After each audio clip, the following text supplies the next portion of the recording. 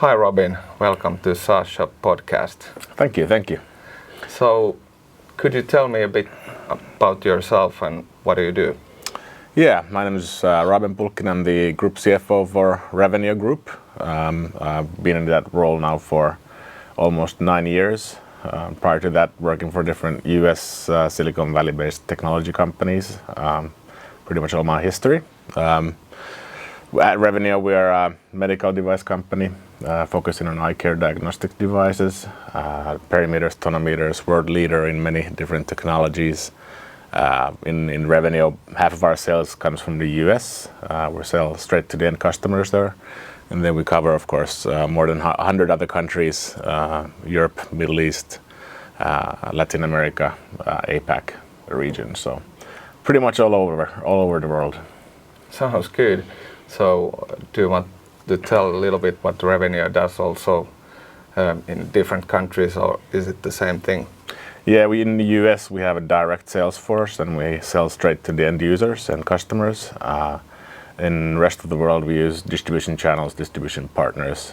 We have mostly one distribution partner per country, covering all the other countries than the US. So US is half of our sales. It's the most important part of our business as a single country. So we have a lot of focus there. And of course in the medical technology, the market, roughly 3.5 billion annually, 40% is US, so it's a big market. Yeah, it's a huge market. Okay, so how does the consolidation of SaaS software help your business and how does it impact Revenio day-to-day operations? We actually now been a customer of yours for some months here.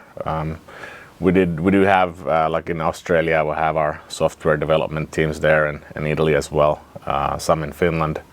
But the problems has been that a lot of the subscriptions for the softwares have been on the company credit cards, which are under the personal names. So when people change, you're kind of a bit challenged with all the continuing all the subscriptions. So and of course then the credit card limits for some users can be up to 50,000 a month.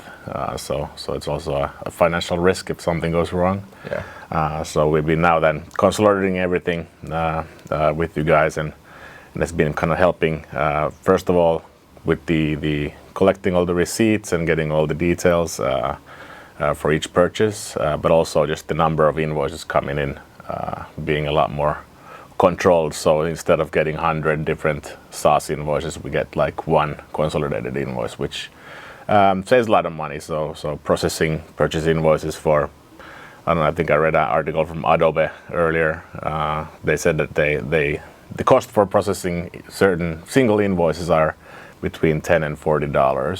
So if you get 100 invoices on one invoice, it helps, of course, a lot on the amount of manual work. So in the Nordic countries, we have quite automated purchase invoice systems available. That's not the case in every country around the world outside the Nordic countries. So there's a lot of manual work related to those. Yeah, so the one single invoice is a good thing, and on top of that, if you can get like an e-invoice as in Finland, so... Yeah. That's unfortunately not available in many countries, but in Finland we never see any paper. Yeah, hopefully we can get to that point also in other countries as well, because it's, I think, a really good thing for the customer. Yes. Yeah. So did you have some other challenges before you did this consolidation with us? Yeah, I think the bigger, like we've had people then change jobs, then we've had services being cut off and nobody knows what the passwords are. The kind of the individual R&D manager could have had the master user passwords and then it's been a big hassle to get everything back and running. So now we have more, also it's a good reason actually to help the IT department to take control over the master user rights and kind of, so we have a centralized management for all the different SaaS services. So if some people leave, we're not kind of tied to their past also going forward when they're gone. So yeah, and probably that could be also a problem on the financial department to get all these invoices and receipts. Yes. So that's always been a problem. It's now a lot more straightforward. So also with the different AI and machine learning, you can kind of teach the electronic invoicing when it comes in to read what department, what projects the costs are related to, who's the approving manager. A lot of the purchase invoice automation and circulation for approval can be automated, so it saves a lot of time comparing to getting paper invoices. Yeah. So, what is the most significant advantage you get from this consolidation? I think the management of the kind of the user rights, the consolidation of the invoices. So we have now a lot less invoices coming in.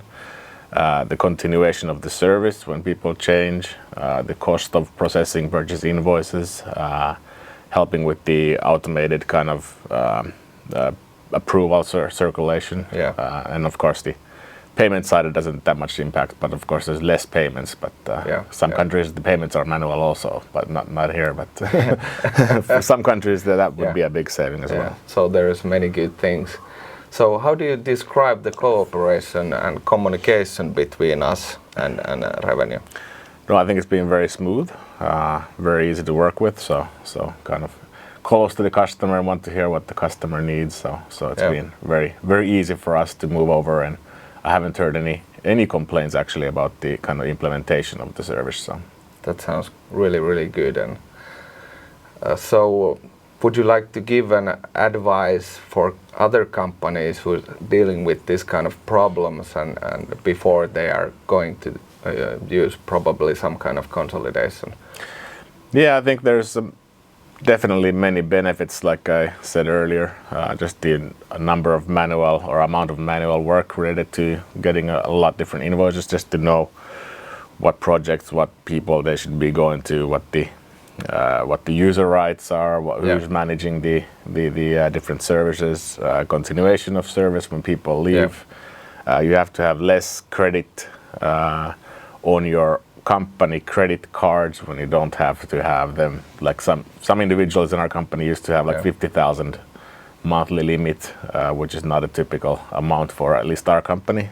So you don't need to have that kind of credit limits available, which also it's an increased risk for fraud when you have that sort of limits available. So and also, many benefits.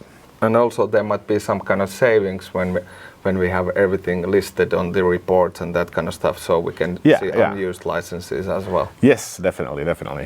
More efficient use of licenses, and just the cost of processing invoices is significantly down. If you say it's for Adobe, it's $10 to $40, and if you have like we have maybe 100 invoices less a month, so you can do the math. In either end of the cost, that's pretty good saving.